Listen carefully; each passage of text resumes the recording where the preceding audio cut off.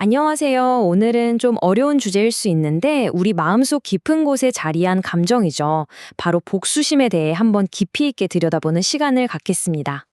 보통 그렇죠. 누군가 나한테 잘못하면 복수하고 싶은 마음이 드는 거, 이거 그냥 인간 본성 아니야? 이렇게 생각하기 쉽잖아요.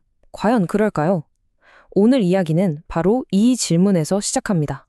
그런데 오늘 우리가 살펴볼 자료에서는 아주 단호하게 이야기합니다.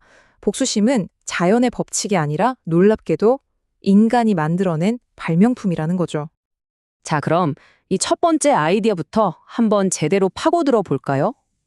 복수심이 타고난 게 아니라면 대체 이 감정은 어디서부터 온 걸까요? 이 자료의 주장은 이렇습니다.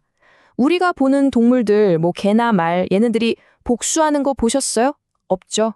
오직 인간만이 드라마나 영화 같은 걸 만들어서 이 복수라는 개념을 계속해서 되새김질하고 강화해 왔다는 거예요.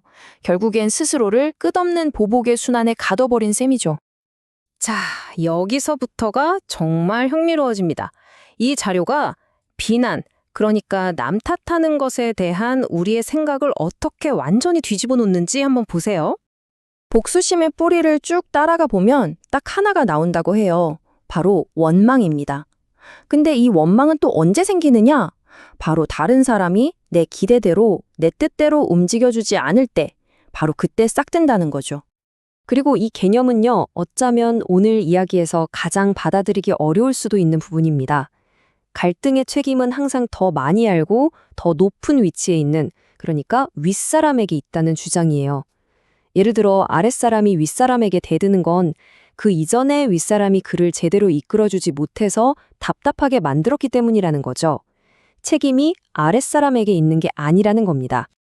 그러니까 핵심은 바로 이겁니다. 관점의 대전환이죠. 문제가 생겼을 때 저 사람 때문이야 라고 밖으로 향하던 손가락을 거두고 혹시 내 안에는 문제가 없었나? 나의 어떤 부족함이 이 상황을 만들었을까 하고 시선을 내 안으로 돌리는 것. 바로 이게 핵심입니다. 자, 그럼 이런 개인적인 감정의 문제가 어떻게 한 개인을 넘어서 훨씬 더 큰 이야기로 번져가는지 한번 살펴보겠습니다. 이 자료에서는 이렇게 말해요. 우리가 마음속에서 풀어내지 못한 이 비난과 원망의 감정들 있잖아요. 이게 그냥 시간이 지나면 사라지는 게 아니라는 겁니다. 마치 비처럼 다음 세대한테 그대로 대물림 된다는 거죠.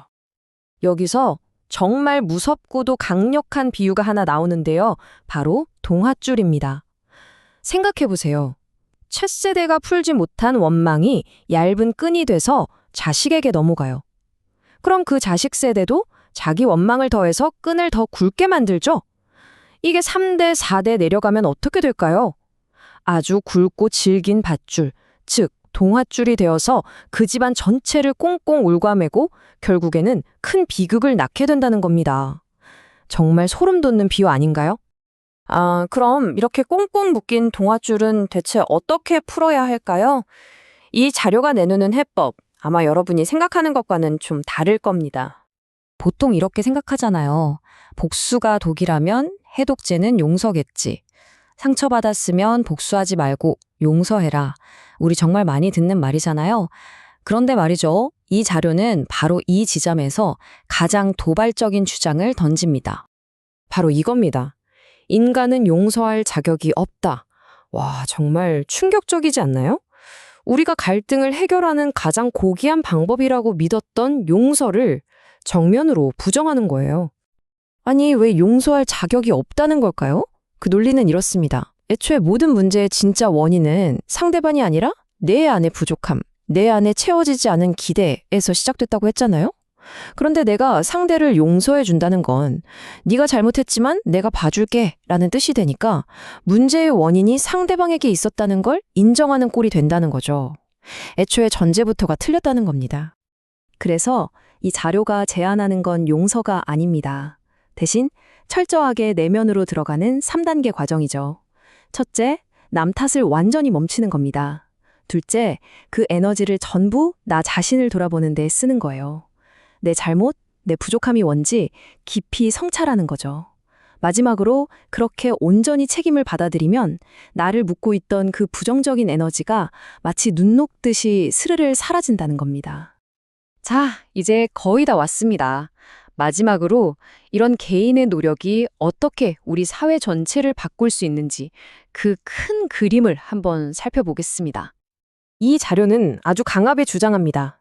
비난과 불평으로 가득 찬 사회는요, 스스로 자기 목을 조르는 것과 같다고요.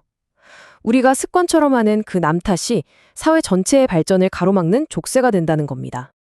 이 흐름을 보면 아주 명확해요. 사회 구성원들이 끊임없이 불평하고 서로를 탓합니다. 그럼 그 부정적인 에너지가 모여서 사회 전체의 삶을 더 팍팍하고 어렵게 만들죠. 결국 그게 사회적 혼란으로 이어지는 악순환에 빠지게 되는 겁니다. 이 문장이 우리 각자에게 던지는 핵심 메시지라고 할 수 있겠네요. 내가 불평을 입에 달고 사는 순간 신기하게도 내 삶은 점점 더 어려워진다는 거예요. 결국 내 현실은 내가 세상을 탓하는지 아니면 나를 돌아보는지에 따라 결정된다는 거죠. 그래서 이 자료가 그리는 최종적인 그림은 이겁니다. 평화로운 미래는 그냥 오는 게 아니라 우리가 이런 감정의 뿌리를 어떻게 다루는지 배우는 영성 교육을 통해서만 열린다는 것이죠. 끊임없이 자신을 성찰해서 내 안의 원망을 녹여내는 것. 그것이 바로 이 자료가 말하는 진정한 공부의 길입니다. 자, 오늘 이야기의 시작이었던 질문을 여러분께 다시 한번 던지면서 마무리할까 합니다. 지금 내가 겪고 있는 이 어려움, 정말로 누구의 잘못일까요? 이 질문에 대한 답을 한번 조용히 찾아보는 시간 가져보시면 좋겠습니다.